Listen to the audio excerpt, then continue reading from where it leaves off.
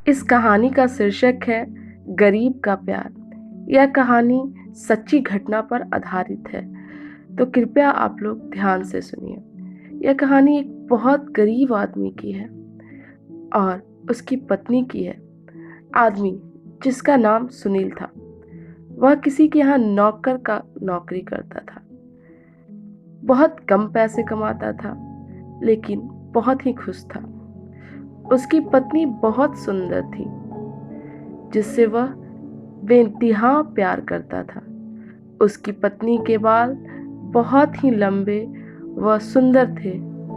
वास्तव में वह अपनी पत्नी के बालों को बहुत पसंद करता था। एक दिन पत्नी के बालों में लगाने वाला हेयर बैंड टूट गया। पति काम से घर आया। पत्नी ने कहा कि मेरे बालों का हेयर बैंड टूट गया है।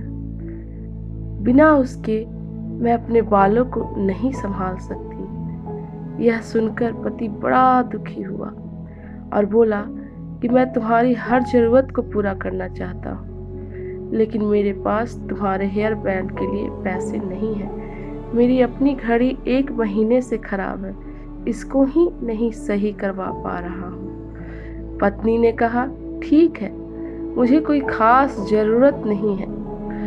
अगले दिन पति काम पर जा रहा था, लेकिन उसके मन में वही बात चल रही थी कि मेरी पत्नी ने पहली बार मुझसे किसी चीज़ की कहा था, लेकिन मैं उसको भी पूरा नहीं कर पाया।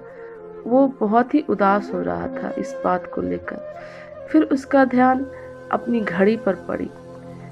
तो उसका घड़ी जो पहले से ही खराब था, और उसे घड़ी को सुधारने वाली दुकान पर जाकर कुछ रुपए में बेच दी।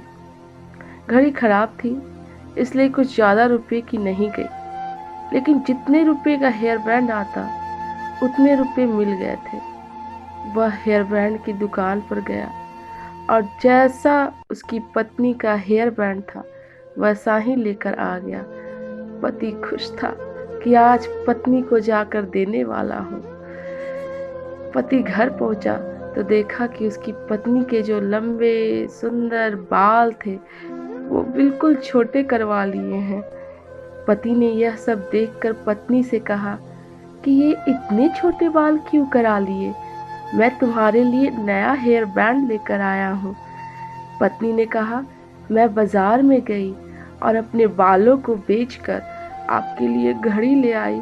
ये सुनकर दोनों की आंखों में आंसू आ गए और दोनों गले लगकर रोने लग गए।